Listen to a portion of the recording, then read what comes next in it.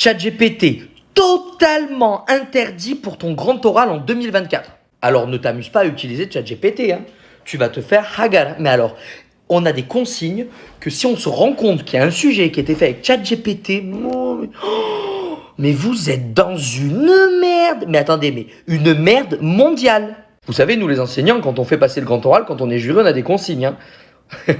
Alors, cette année, on s'est rendu compte que si on a un sujet dont le contenu n'a pas l'air de calquer avec l'élève qu'on a en face de nous, on tape 2 phrases de ce qu'il a dit sur un logiciel et on sait d'où ça vient. Et si ça sort comme étant estampillé ChatGPT, vous êtes avec 0.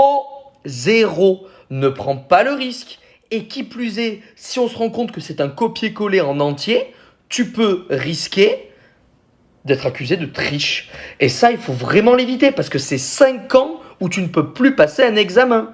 Et là, on rigole pas. Donc les terminales, si vous avez besoin d'aide sur votre grand oral, demandez-moi à moi. Demandez pas à ChatGPT. Après, entre nous, que vous alliez chercher des infos sur ChatGPT, pourquoi pas? C'est comme si je vous dis que vous avez le droit d'utiliser un dictionnaire ou que vous avez le droit d'utiliser Internet pour faire vos recherches.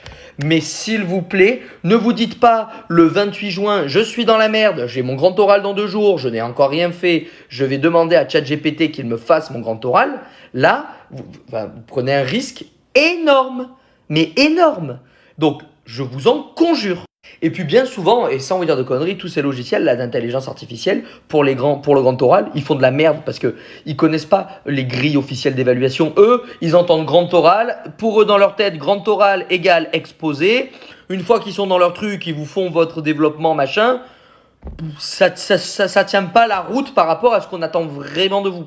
Et vous savez ce qu'on attend de vous. Cette capacité à rentrer en discussion avec le jury, cette capacité à argumenter, cette capacité à parler de manière claire, lucide, avec des qualités prosodiques marquées. Enfin bref, toute cette évaluation sur vos capacités orales, finalement, ça, ChatGPT, il n'en tient pas compte. Lui, ChatGPT va vous donner un contenu. Mais quand vous voyez le nombre de points qui sont alloués pour le contenu en maths ou en n'importe quelle matière, mais en tout cas pour le bac au grand oral, 20 points sur 80, vous m'excuserez, ChatGPT, il vous met plus dans la merde qu'autre chose. Donc, on est d'accord, on se fait confiance, pas de conneries, hein, je vous ai à l'œil.